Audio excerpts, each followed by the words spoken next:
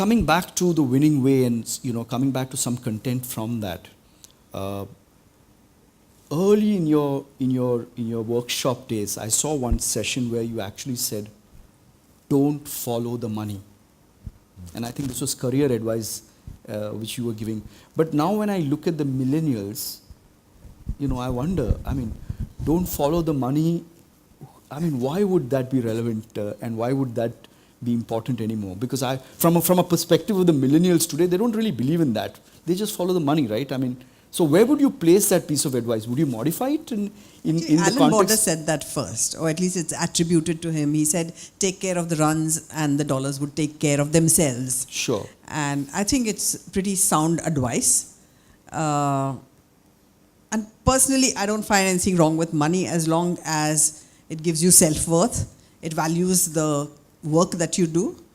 But yeah, you shouldn't be chasing money all the time. And, recently we were at an IT company, and obviously this generation, the Gen Y as they call it, we were talking to them about, culture in the organization and the kind of job fulfillment that you get and stuff like that. And one of these kids just perked up and said, finally it's all about the package.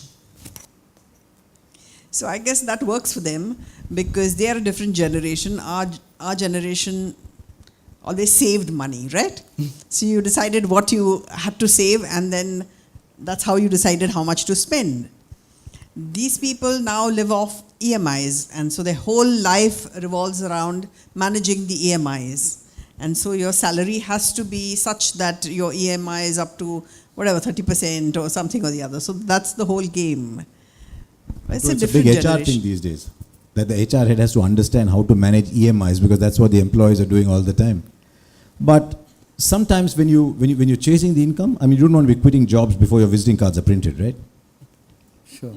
And that can happen in IT companies sometimes. And if you look at a CV that has change job, 4 jobs in 2 years, then slowly you're reaching a stage where no one's going to give you a job, saying, why would I give this person a job if he's only going to be with me for 6 months? But on another account, I always believe that at the peak of your career or as you're growing, you take strongly professional decisions. You take decisions that are best for you, for your career, for your learning, for advancement. And you only take the financial decisions towards the tail end of your career. And I've yet to meet somebody who's pursued excellence, who's become the very best at his or her profession, who's short of money.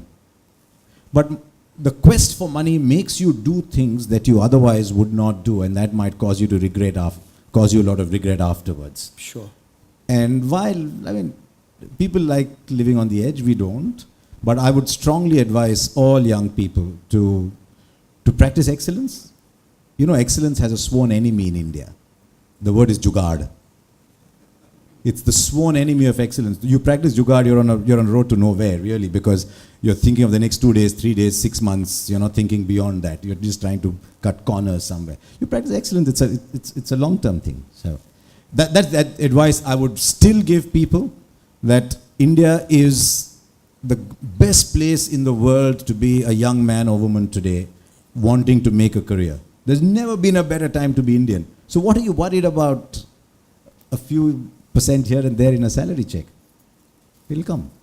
Always make money come to you. Never go to money. Always make it come to you. Let it come and knock on your door and you say, right, do I want you, do I not want you?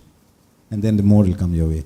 It's funny, every time I've taken a finance-based decision rather than a professional decision, it hasn't happened. I don't know why.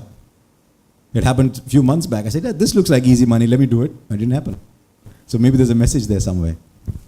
Interesting.